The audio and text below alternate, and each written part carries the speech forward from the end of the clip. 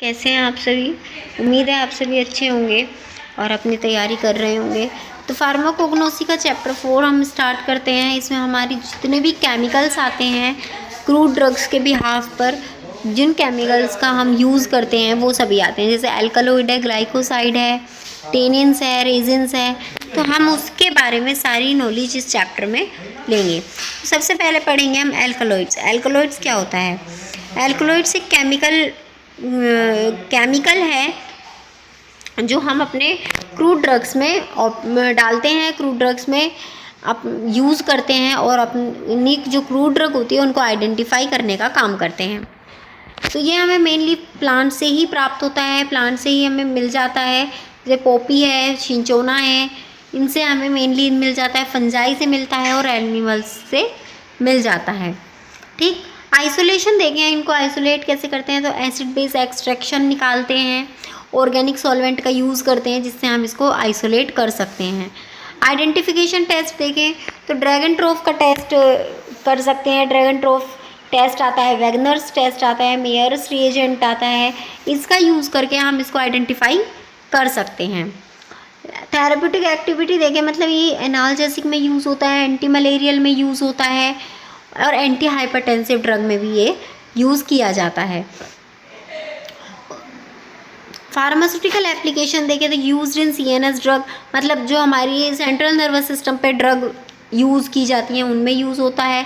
Anti malarial drug को treat करता है और कार्डियोवैस्कुलर एजेंट को भी ट्रीट करने का काम करता है। तो एल्कलॉइड जो है वो हमारा इन सभी ड्रग्स को, इन सभी डिजीज़ को ट्रीट करने का काम करता है। आइडेंटिफाई कैसे करेंगे? जैसे हमारा कोई भी सॉल्यूशन है, कोई भी प्रोडक्ट है, उसके अंदर हम ड्रैगन ट्रोफ रिएजेंट को मिलाएंगे तो हमें कोई कलर ऑब्टेन होगा।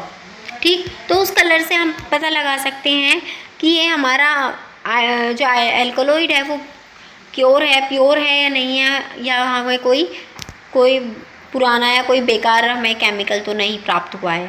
ठीक, बेसिकली देखें तो एल्कलॉइड जो है वो 3 टाइप से डिवाइडेड है। ट्रू एल्कलॉइड, प्रोटो एल्कलॉइड और स्यूडो एल्कलॉइड। ट्रू एल्कलॉइड ये होता है, ये अमीनो एसिड से डिराइव्ड होता है और अपनी हेट्रोसाइक्लिक रिंग को शेयर करता है नाइट्रोजन के साथ। ठीक, हाईली रिएक्टिव होता है और इसकी जो बायोलॉजिकल एक्टिविटी होती है वो भी लो डोज में होती है। ठीक, इसमें कुछ अमीनो एसिड आते हैं जैसे L ornithine, L lysine, precursor, L tryptophan, L histidine. तो ये सारी हमारी कुछ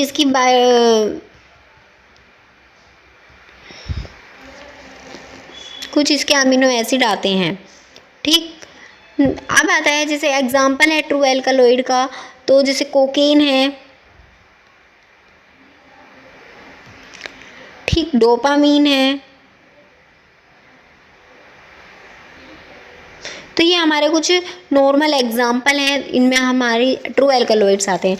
नेक्स्ट आता है आपका प्रोटो एल्कलॉइड। प्रोटो एल्कलॉइड क्या होता है? प्रोटो एल्कलॉइड भी एक कंपाउंड है, ठीक, जो एन एटम मतलब नाइट्रोजन अपने साथ कंटेन करके रखता है। हेट्रोसाइक्लिक, इसकी जो अमीनो एसिड की हेट्रोसाइक्लिक रिंग है वो ये अपने साथ नहीं रखता है। इसका भी जैसे एल टायरोसिन है, ठीक, एल ट्रिप्टोफेन है।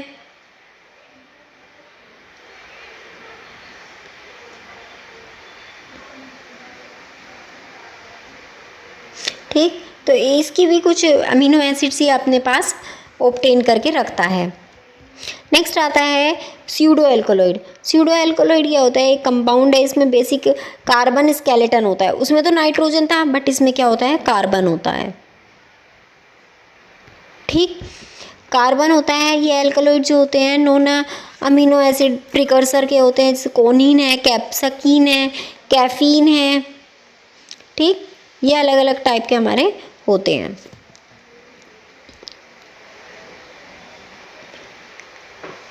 इसका आपने जैसे आइडेंटिफिकेशन टेस्ट मैंने बताया आपको, तो जैसे मेयर्स रिएजेंट है, तो मेयर्स रिएजेंट में क्या होगा? हम मटेरियल लेंगे, अपना प्रोडक्ट लेंगे, ठीक, उसके अंदर हम मेयर्स रिएजेंट मिलाएंगे। ठीक, जब मेयर्स रिएजेंट मिलाएंगे तो हमें क्रीम कलर की पीपीटी मिलेगी। किसकी मिलेगी? क्रीम कलर की पीपीटी मिलेगी। एक आता है हमारा हैगर्स रिएजेंट। हैगर्स रिएजेंट में हमें येलो कलर की पीपीटी मिलेगी, ठीक, येलो कलर की हमें पीपीटी प्राप्त होती है। ड्रैग एंड ड्रॉप रिएजेंट है, ड्रैग एंड ड्रॉप रिएजेंट में हमें रेडिश ब्राउन कलर की पीपीटी मिलती है, ठीक।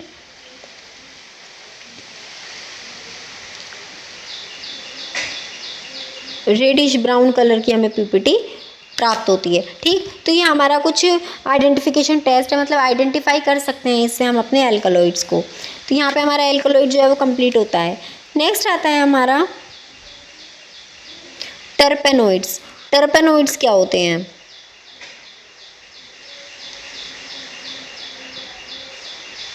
टर्पेनोइड्स भी एक हाइड्रो कार्बन है, प्लांट ओरिजिन है। इसका जनरल फॉर्मूला जो होता है वो C5H8 होता है, ठीक। ये इसका जनरल फॉर्मूला है C5H8, ठीक। वाइडली ये यूज़ होता है, लीव्स में, फ्रूट्स में पाया जाता है, सिट्रस फ्रूट्स में ज़्यादातर और यूकेलिप्टस में ये ज़्यादातर हमें प्राप्त होता है, ठीक। इसके जो बेसिक हाइड्रोकार्बन्स देखें अगर, तो C10, C15, C20, C30 और C40 होते हैं, ठीक। नाम है इसके, C10 का होता है मोनोटर्पीन, C15 का सिस्क्यूटर्पीन, C20 का डाइटर्पीन, C30 का ट्राइटर्पीन और स्टेरॉइड, और C40 का होता है टेट्राटर्पीन्स। तो ये अलग अलग टाइप के टर्पीन्स हमें देखने को मिलते हैं।